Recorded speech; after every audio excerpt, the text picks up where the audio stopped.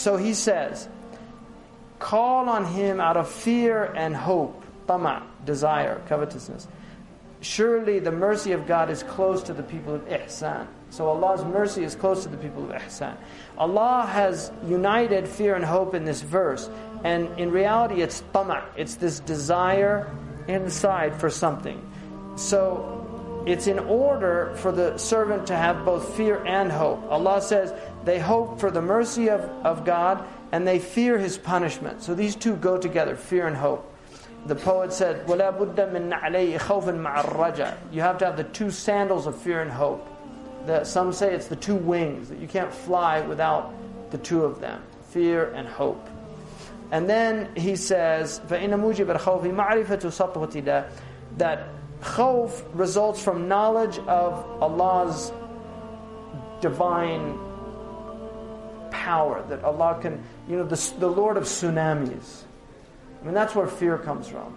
Because God is merciful and compassionate, but God is also the Lord of orphans, the Lord of hurricanes, the Lord of all of these majestic things that occur in the world that are frightening and terrible. Allah is Dhul Jalali wal Ikram. He's the Lord of majesty. He seizes people. He can take you at any time. He can take your child. He can take your life and limb.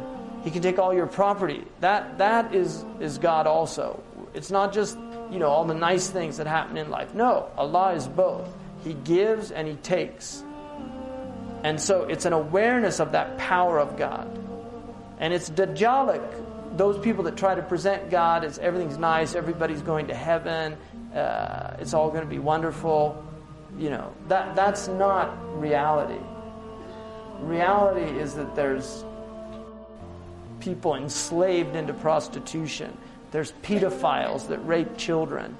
That's also part of the world. It's all these terrifying aspects of the world. And Allah lets those things happen. It's part of His sunnah in His creation, that He's the creator of good and evil. And we're not Manichaeans. We don't separate God into, there's good God and then there's this Ahriman, bad God.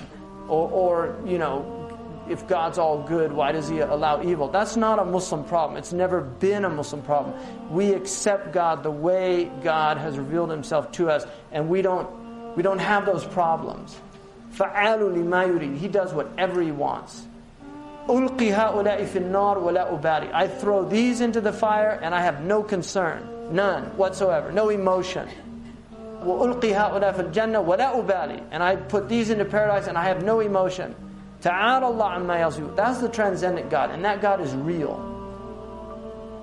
But Allah subhanahu wa ta'ala is also an immanent God, involved in His creation, filled with mercy and benevolence, and that's the tajalli that we hope for. That's the manifestation of God that we desire in our lives. But both are God, and to reject one is to reject the other. Both are God. We don't separate. We're people of tawheed. We believe that God is one, but God has attributes. And those attributes are real. And that's what fear is. Fear is a recognition of that aspect of God that's terrifying, that can expel us from His mercy, can deprive us of all good, and it's tard al-bab, to be thrown away from the door.